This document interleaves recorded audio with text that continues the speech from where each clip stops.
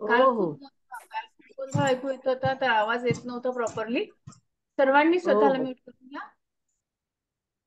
वसुदेव सुतं देवं कंसचाणूरमर्दनं देवकी परमानन्दं कृष्णं वन्दे जगद्गुरुं कृष्णं वन्दे जगद्गुरुं शान्ताकारं भुजशयनं पद्मनाभं सुरेशं विश्वाधारं गगनसदृशं मेघवर्णं शुभागमं लक्ष्मीकान्तं कमलनयनं योगिरानगम्यं वन्दे विष्णुं भवैरं सर्वलोकैकनाथम् अलंकापुरी पुण्यभूमी पवित्र तेथे नांदतो ज्ञानराजा सुपात्र तया आठविता महापुण्यराशी नमस्कार माझा सद्गुरु ज्ञानेश्वराशी जय जय रघुवीर समर्थ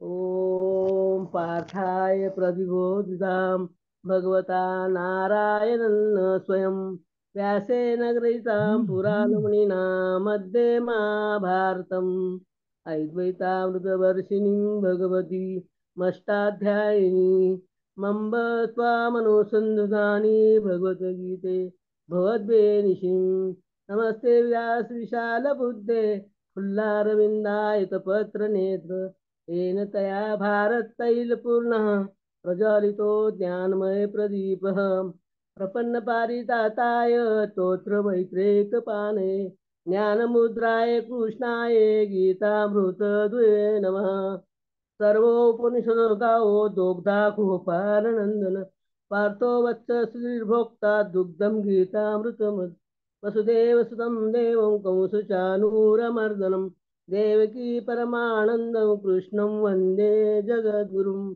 कृष्णं वन्दे जगद्गुरुं यं ब्रह्मा वरुणेन्द्रमृता मृतस्वन्ति देवे सवे वेदे साङ्गपदक्रमोशिषि उपशिञ्जि गायन्ति यं सामगाः ध्यानावसिनुगर्ते मनसा पश्यन्ति योगिना यशान्तन विदुसुरासुरगणा देवाय तस्मै नमः देवाय तस्मै नमः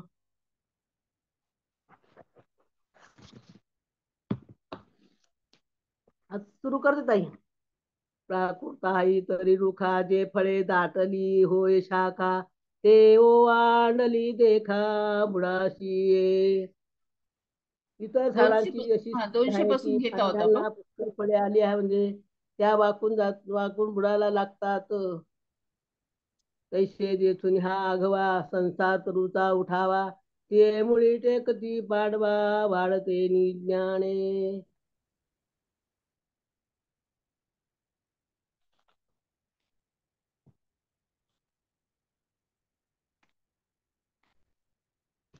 त्याचप्रमाणे अर्जुना ह्या संसारूपी वृक्ष या ठिकाणी उत्पन्न होतो त्याच मुळाशी झाडांच्या बुडा वाढीने पुन्हा पुन्हा लवतो म्हणून संसार ब्रह्मज्ञान परावते वाणे नाही जीवाते तेथून मग औरवते ब्रह्मचिकी म्हणून ब्रह्मा व शिव यांच्या पलीकडे जीवांची वाढ नसून तेथून पुढे वरती ब्रह्मच लागते परी हे असो ऐशे ब्रह्मादिक ते अंगवसे ऊर्ध मुळा सरिसे न चुकती गा परंतु हे असू दे या ब्रह्मादी खांद्या ऊर्धमूळ हे जे ब्रह्म त्याची बरोबरी करू शकत नाही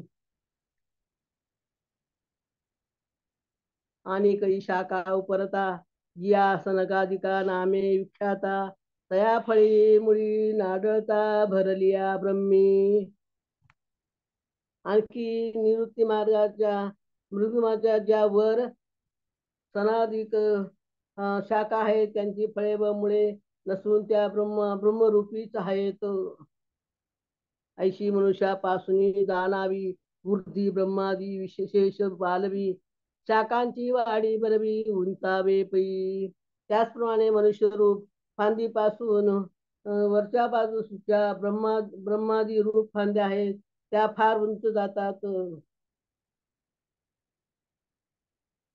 पार्था ऊर्ध्वीची या ब्रह्मादी मनुष्य तत्वची होय आधी म्हणून ये आधी म्हणतली मुळे.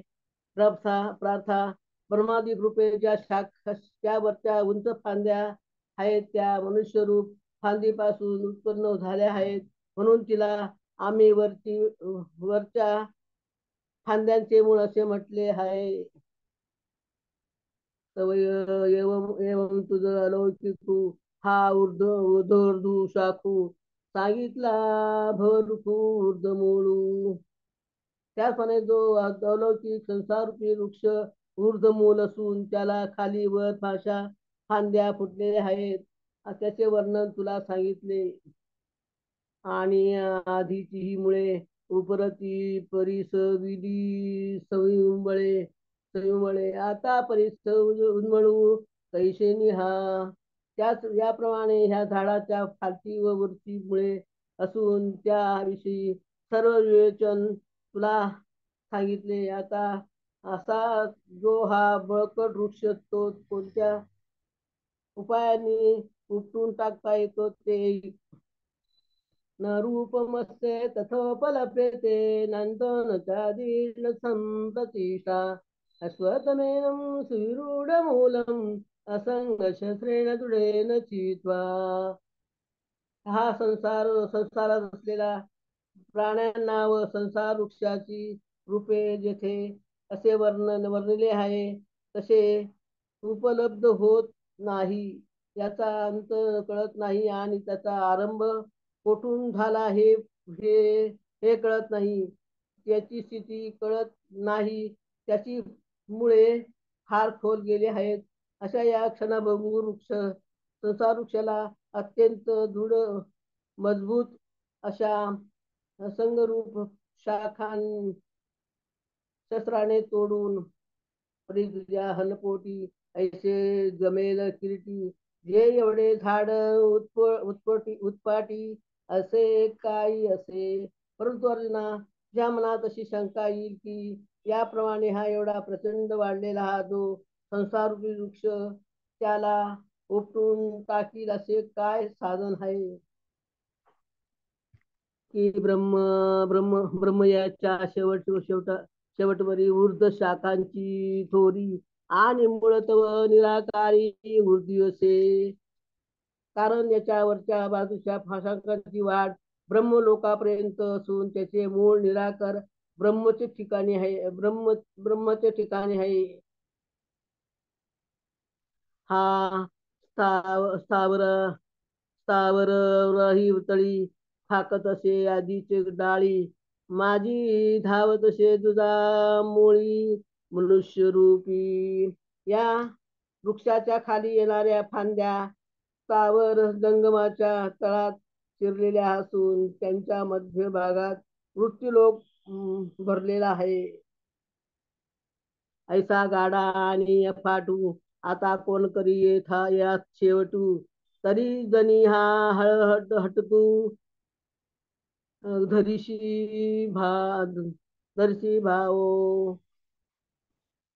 याचप्रमाणे हा वृक्ष अति बळकट व अफाट असून त्याचा नाश कोणा कोणाच्याही का कोणाच्याने करवे अशी शुद्र भावना कदाचित तो आपले मनात करशील हो. तरी हा उन्मळावया दोषे येथ सायास चिताईशे काय बाळा बागुल देशे दवडावा आहे. तर हे बघ हा वृक्ष उपटून टाकण्यास श्रम जे कसले आहेत.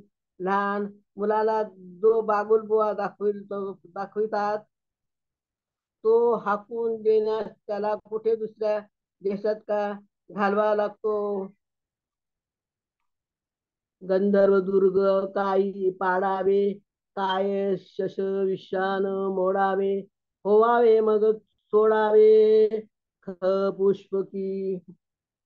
आकाशात दिसणारे किल्ले काय पाळावे लागतात, तसेच त्यांच्या शिंगास काय मोडावे लागते.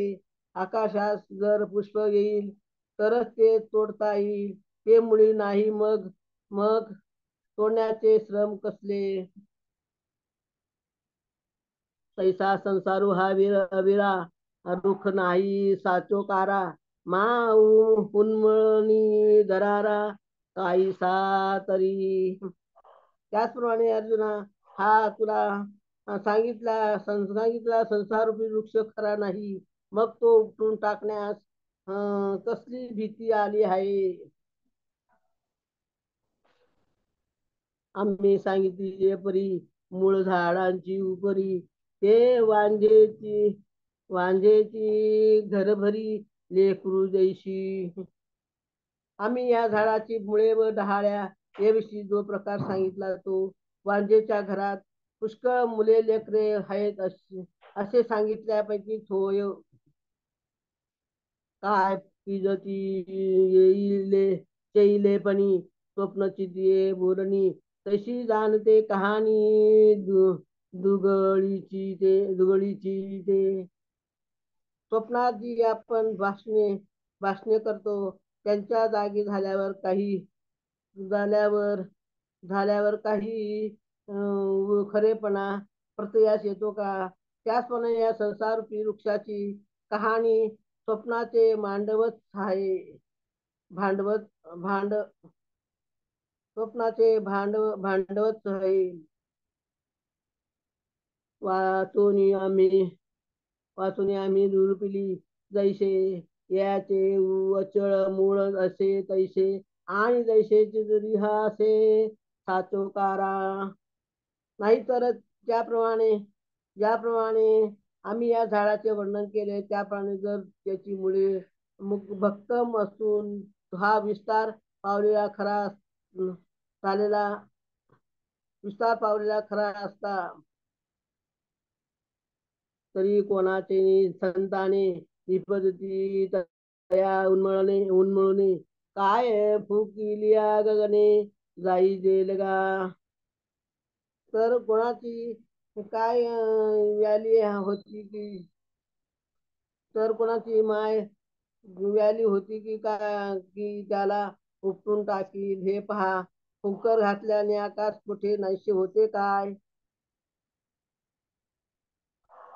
म्हणून मी पै धनंजना आम्ही वाणिले रूप ते माया, कासवीचे तुपे राया ओगरिली जैसे. म्हणून वृक्षाची स्वरूपाचे वर्णन केले ते सर्व मिथ्या होय. मृगजळाची गातळी ते दिठी दुरून निहाळे, वाचोनी देणे पाणी साळी केळी लावी काही. बाबा रे, मृगजळाचे मृगजळाचे तलाव दुरून दृष्टीने पाहाव्यास योग्य आहेत. बाकी त्यांच्या पाण्यावर कधी साळी केळी करतील करतील काय. मूळ अज्ञानाची तवटा दटके मात याचे कार्य हे कौतुके, म्हणून संसार रूप सतुके सतुके वावे तिला. अगोदर अज्ञान हे मिथ्या आहे, मग त्यापासून होणारे कार्य काय किमतीचे असणार. म्हणून संसार रूपी वृक्ष हा सर्व खोटा आहे. आणि अंतु या नाही, जसे बोलिले काही तेही साचची पाही एके परी. आणि या वृक्षाचा अंत नाही असे म्हणणे ही एका प्रकारे खरे आहे. तरी प्रबोधू जवळ नोहे तव निद्रे काय अंतु आहे, की रात्री न सरे तव न पाहे तया अरवते. जर जोपर्यंत मनुष्य जागा झाला नाही तोपर्यंत निद्रेला शेवट आहे काय, किंवा रात्र सरली नाही तोपर्यंत उजाडत नाही.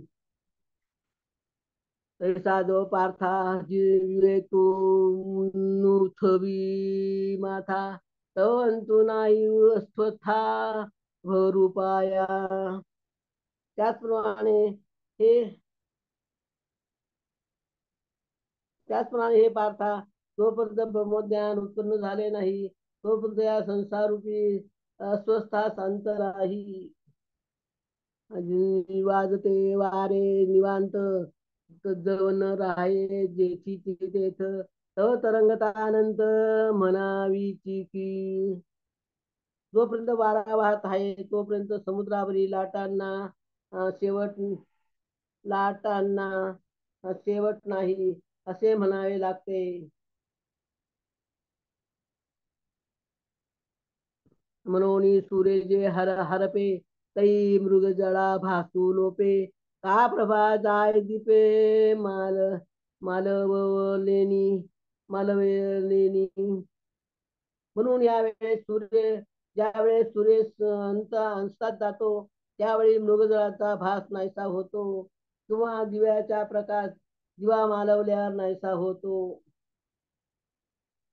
तसे मूळ अविद्या खाये ते ज्ञान जे उभे होय, त्याची तू हाय एरवी नाही.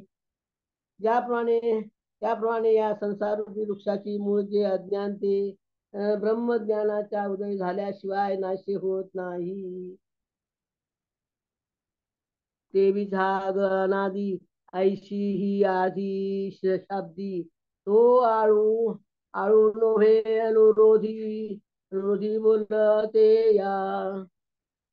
त्याचप्रमाणे हे अनादी आहे असे लोक म्हणतात, तर खरोखर खरोखर पाहू गेले असता हा त्याच्यावर आळ आलेला नसून ही गोष्ट त्याच्या लक्षणास अनुसरून आहे.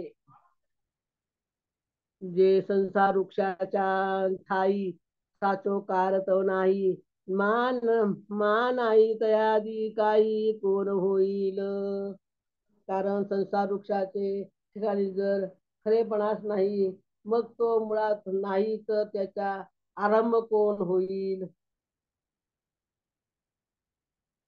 जो सात जेथून उपजे तया ते आधी हे साजे, आता नाही तो म्हणजे कोठून या. जो खरोखर एखाद्या ठिकाणाहून उत्पन्न होतो त्याला आधी आहे हे म्हणणे शोभते, व तो वस्तुता नाहीच त्याला आधी कोठून असणार. म्हणून जन्मे ना आहे ऐशिया सांगो कवन का माये, या लागी नाही पणेची होय अनादी हा. म्हणून ज्याला जन्म नाही त्याची आई कोण म्हणून म्हणावी. वास्तव हा वृक्ष संसार रूपाने म्हणजे नाहीपणाने आहे, म्हणून याला अनादी म्हटले आहे इतकेच.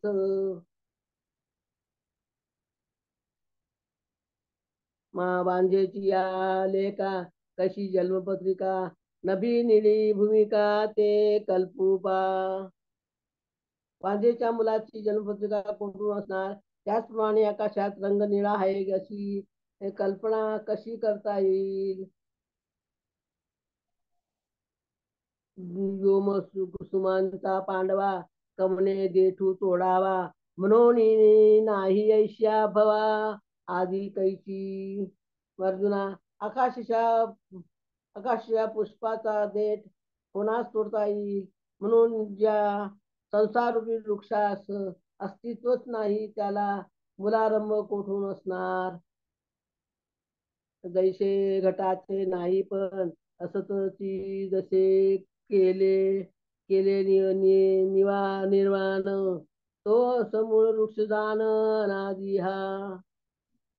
ज्याप्रमाणे घटोत्पत्तीची पूर्वी असणारा घटाचा अभाव कोणी केल्या वाचून अगदी अनादीच आहे, त्याप्रमाणे संसार वृक्षाची मूळची माया तिच्या सहज तिच्या वर्तमान हा संसार अभाव रूपाने अनादी आहे जसे जाण.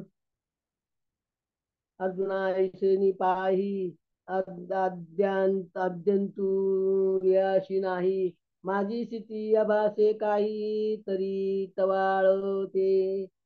अर्जुना, अशा रीतीने हा अभाव रूप आहे, म्हणून म्हणून याला आदी नाही व अंतही नाही असे असूनही ब्रह्मव्यवहार व्यवहार जसे हा प्रत्यक्ष दिसतो सहजतो दिसणे मूळ जळाप्रमाणे खोटे होय. ब्रह्मगिरी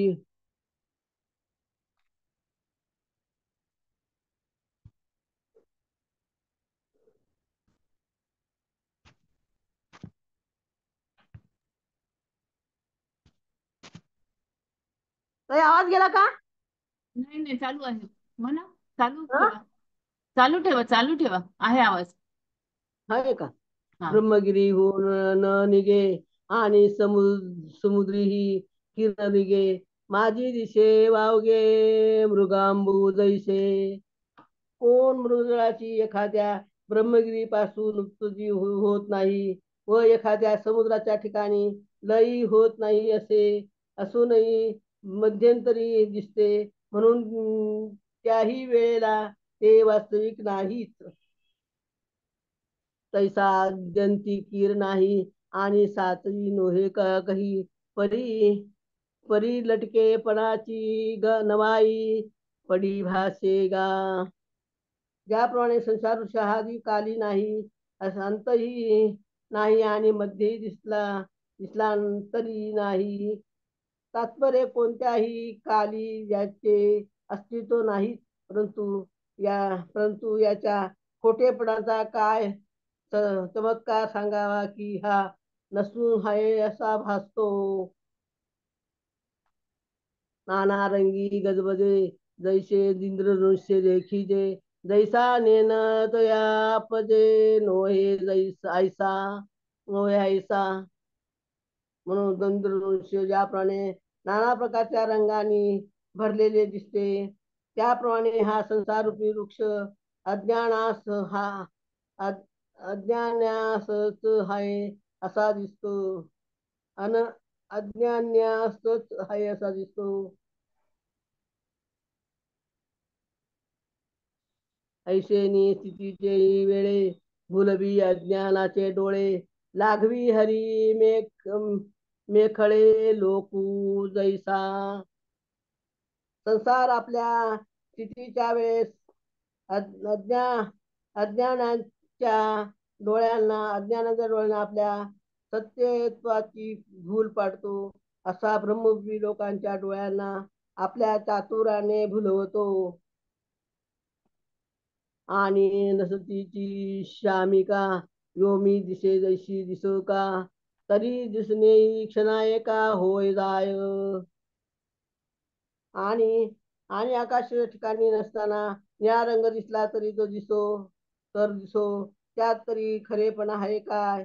तेही क्षणात नष्ट होऊन जातो.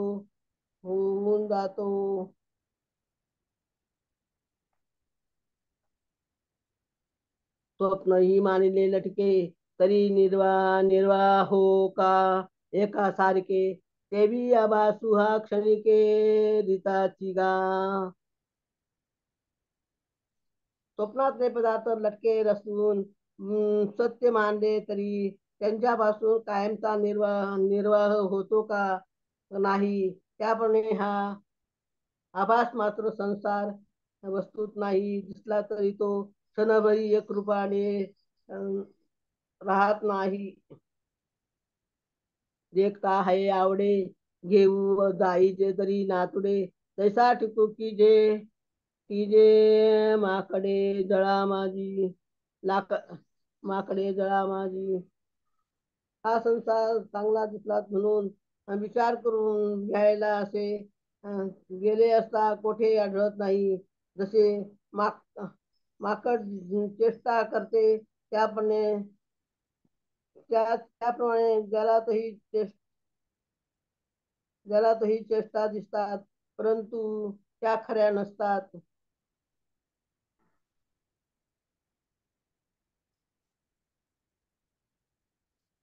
तरंग भंगू सांडी पडे विजूही न पुरे भोडे पुरे हा होळे आभास चितेने पाडे होणे जाणे गा लाटांची एकावरून एक येण्याची त्वरा व विजेचे चमकणे यांच्यापेक्षाही हा विश्वासरूपी झाडाचे होणे आणि जाणे अति अल अति जलद आहे.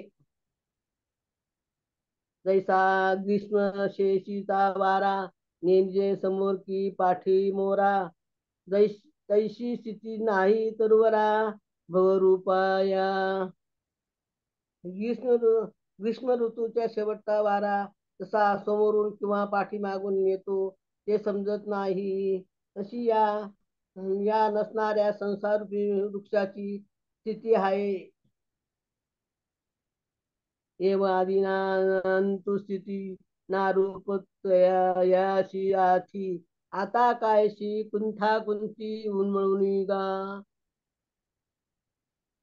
ज्याप्रमाणे या वृक्षात आदी अंत स्थिती व रूप ही नाही, म्हणून हा उपटून टाकण्यास खटाटोप कशाला पाहिजे. आपुलिया ज्ञानासाठी नव्हता धावला किरीटी, तरी आता आत्मज्ञानाच्या लोटी खांदे निगा. अर्जुना, आत्मस्वरूपाचे अज्ञानामुळे हा नसलेला वृक्ष बळावला आहे. हा आता आत्मज्ञान रूप शस्त्राने हा तोडून टाक म्हणजे झाले.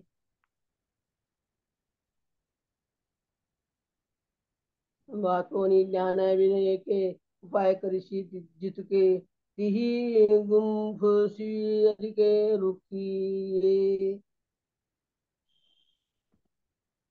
कारण जे त्याच्या अज्ञानाने करून कारण कारण जे ज्याच्या अज्ञाने करून भासते ते त्याच्या आज्ञा करून निवृत्त होते, अन्य कशाने होत नाही. याकरता एक ब्रह्मज्ञानाशिवाय आता छेदण्याचे जेवढे असली उपाय करशील तितका तू या वृक्षात संसारातून अधिकाधिक गुंतून पडशील. इथे थांबूयात ताई. इथे हा, थांबूयात म्हणलं, इथे थांबूयात म्हणलं आपण. 250 बर झालेत. बर.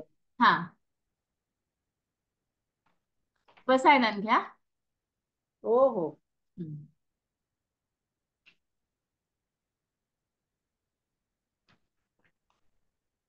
आता विश्वात्मके देवे येणे वाग्यज्ञ तोषावे, तोषोनी मज द्यावे पसायदान. जे खळांची व्यंकटी सांडो तया सत्कर्मी रती वाढो, भूता परस्पर जडो मैत्र जीवांचे.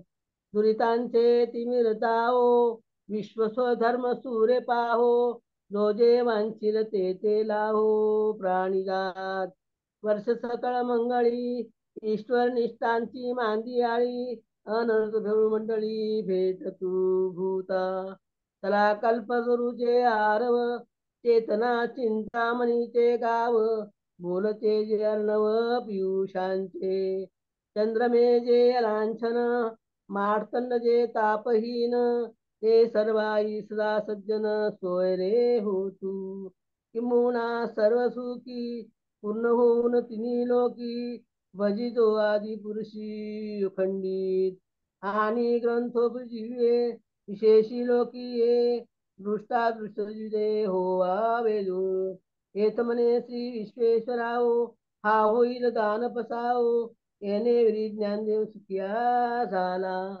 येणेवरी ज्ञानदेव सुखिया झाला. येणेवरी ज्ञानदेव सुखिया झाला. ज्ञानेश्वर माऊली की जय. छान ताई, खूप छान म्हणलात तुम्ही. खूप दिवसांची इच्छा होती तुमची ऍक्च्युली, झालं हो, नव्हतं खरीच मागच्या इच्छा वेळेस. होती. नाही, छान ज्ञानेश्वरी नव्हती. छान ज्ञानेश्वरी झाले. नव्हती, ज्ञानेश्वरी मिळाली तर मला बोलता येत नव्हतं. बरोबर. याचं विश्लेषण कोणी करणार असेल तर हात वर करा, मी थोडस विश्लेषण वाचते आणि मग कोणाला जर सांगायचं असेल तर सांगा तुम्ही. आपण 15वा अध्याय सुरू केला होता आणि 15व्या अध्यायामध्ये आपण संसार वृक्षाबद्दल माहिती घेऊ लागलो होतो की संसार वृक्ष हा कसा आहे, की ऊर्ध्व मूल मध शाखा म्हणजे पूर्ण त्याच्या ज्या मुळा आहेत त्या वरच्या साईडला सांगितल्या होत्या, आणि शाखा ज्या आहेत म्हणजे ब्रांचेस ज्या आहेत त्याच्या फांद्या वगैरे ज्या आहेत त्या खालच्या खालच्या बाजूनी सांगितल्या होत्या. तसंच त्याला आपण अश्वत्थ वृक्ष असं सुद्धा म्हणतो. आणि ऋग्वेद आदी वेद ही जे आहेत त्याची पाने आहेत म्हणून सांगितलं होतं. आणि जो अश्वत्थ वृक्षाला जाणतो तोच हा वेद जाणतो असं सांगितलेलं होतं सुरुवातीच्या पहिल्या श्लोकामध्ये. त्याच्यानंतर काय सांगितलं होतं, ह्या वृक्षाच्या फांद्या खालीवर पसरलेल्या आहेत म्हणून सांगितलं होतं. आणि त्या ज्या फांद्या आहेत त्याला 3 गुणांनी म्हणजे सत्व, रज आणि तम ह्या गुणांनी वाढलेल्या त्याच्या फांद्या आहेत पूर्णपणे. आणि हे जे 3 आहेत हे वेगवेगळे त्यांचे विषय आहेत. त्याला आपण काय म्हणतो, पानरूपी अंकुर सुद्धा म्हणतो. तर मनुष्य लोकात कर्माला कारण होणारी ही वासनारूपी मुळे आणि ही वासनारूपी जी 3 गुण आहेत हे पूर्ण पसरलेले आहेत असं आपल्याला दुसऱ्या श्लोकापर्यंत सांगितलेलं होतं. काल आपण जेव्हा बघितलं होतं की रजतम आणि सत्व गुणाबद्दल माहिती आपण काल बघितली होती.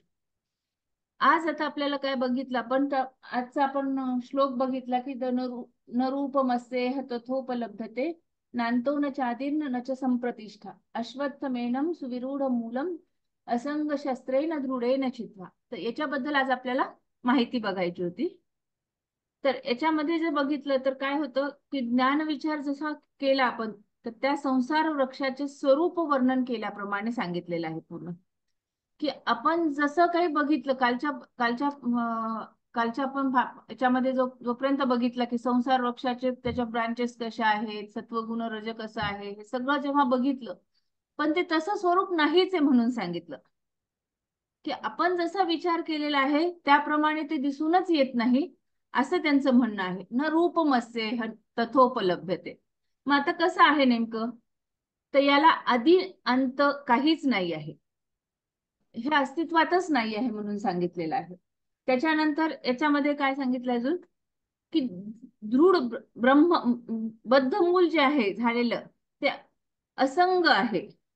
अशा बळकट ज्ञान विचार रूप शस्त्राने त्याला तोडून टाका म्हणून सांगितलेलं आहे. म्हणजे आपण फक्त हे जे पसरलेलं आहे ही सगळं माया आहे आणि ह्या मायेला फक्त आणि फक्त आपण कशाने तोडून टाकू शकतो, तर ज्ञान आत्मज्ञान जे आहे यांनीच फक्त आपण त्याला तोडून टाकू शकतो.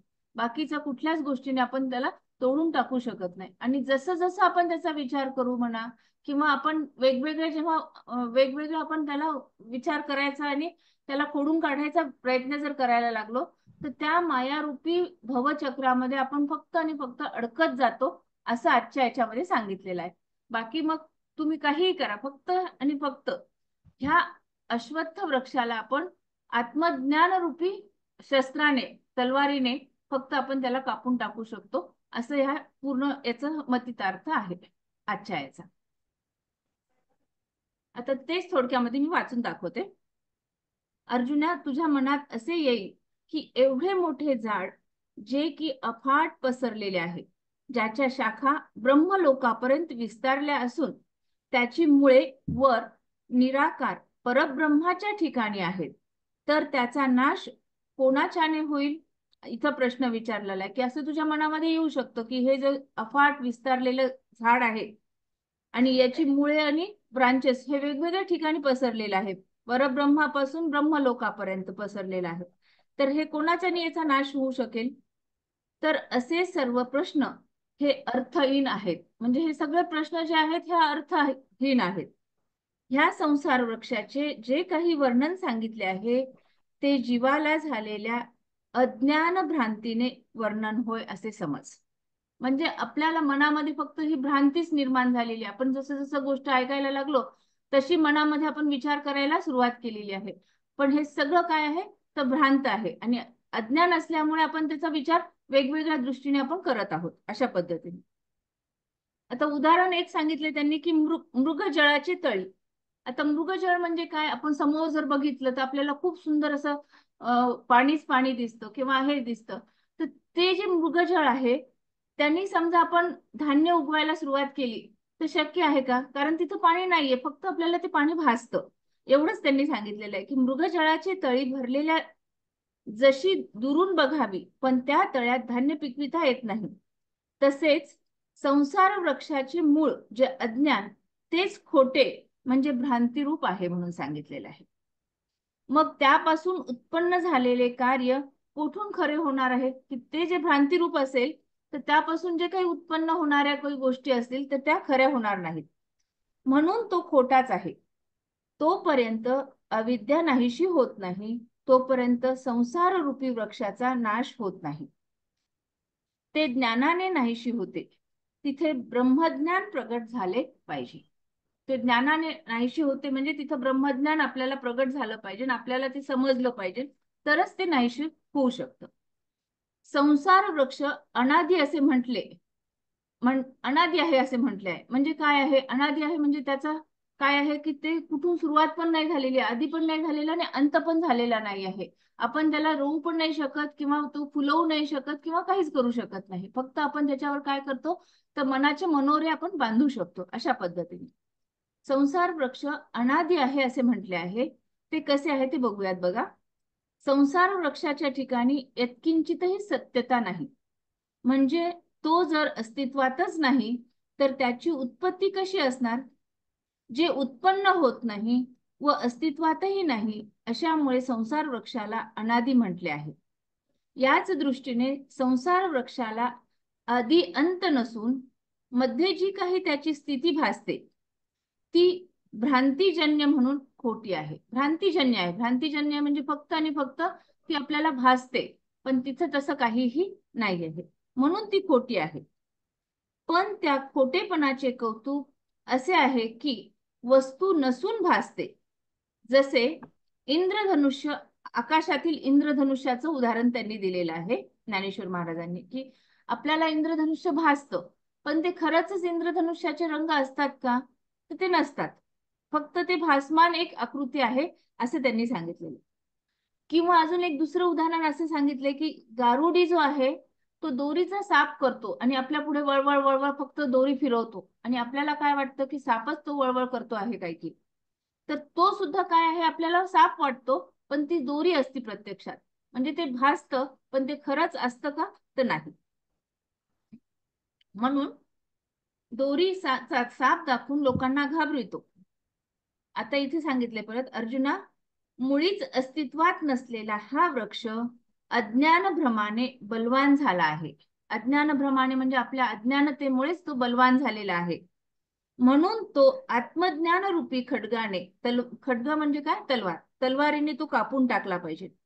नाही तर संसार वृक्ष तोडण्याकरिता एका आत्मज्ञाना वाचून जितके उपाय तू करशील, कितीही बाकीचे दुसरे जर तू उपाय करत बसशील तर काय आहे तितका तू त्याच्यामध्ये अटकत जाशील, त्याच्यामध्ये तू गुरफटून जाशील असे सांगितलेलं आहे. आता हे कसं करायचं आहे, तो कापायचा कसा? आत्मज्ञान रूपी कसं आपल्याला वापरायचं आहे किंवा ते कसं मिळवायचं आहे हे आपल्याला पुढच्या भाग 50 याच्यामधून शिकायचं आहे उद्या. इथपर्यंत आजचं झालेलं आहे की त्यांनी फक्त काय काय सांगितलेलं आहे की तू ह्या गुरफटू नकोस, तर तू याच्यापेक्षा निघू म्हणजे बाहेर पडायला शिक, एवढंच त्यांनी सांगितलेलं आहे. अजून कोणाला काही सांगायचं असेल तर सांगा, मी अनम्यूट करते सर्वांना.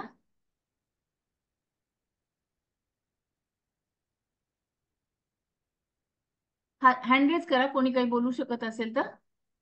आता उद्याच्या भागामध्ये आपण पुढचं बघूयात. कोणी सांगतं का?